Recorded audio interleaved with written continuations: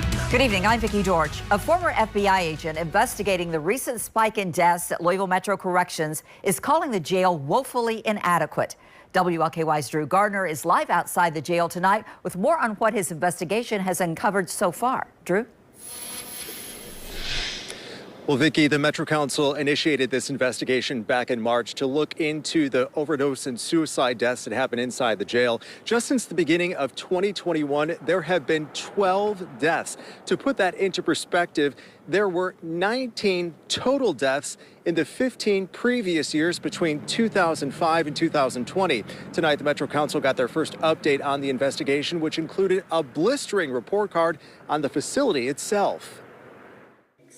For the last several months, former FBI agent David Byer has been meeting with current and former Louisville Metro Corrections staff members. He's also made several visits to the jail, which he calls woefully inadequate. We talk about being a kind and compassionate city. Yes, many of these people have committed a crime, but what we're doing with them is not compassionate and is not kind. The living conditions that they are in are deplorable.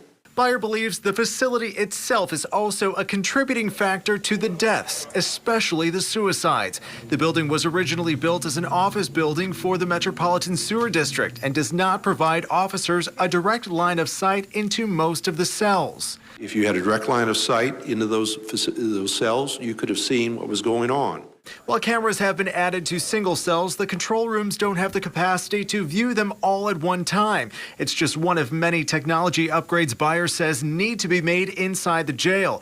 Director Jerry Collins has already made several changes since taking over 6 months ago, which Byer says has helped improve morale significantly. I commend him for putting those Band-Aids on those problematic areas, but there's a deeper issue going on here at Corrections. Ultimately, Byer says a new facility is needed that can better accommodate the incarcerated and address the mental health services many of them need. For over 10 years, people have been advocating a new building here. Is it costly? You better believe it. But if you're mandated by somebody else, either a lawsuit or the Department of Justice, you have no control over the cost.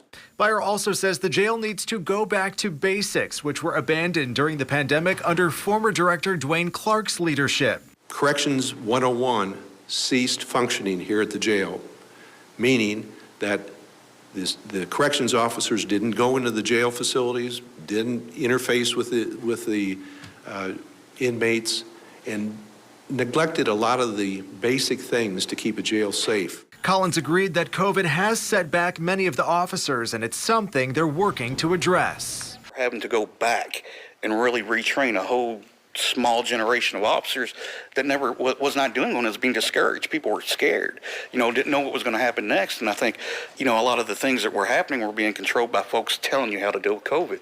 And it made for a bad situation. Now, Byer also went into much greater detail about several other problem areas inside the jail. You can read about those inside this story on our website and mobile app. Meanwhile, this investigation is still ongoing. On Thursday, Byer plans to meet with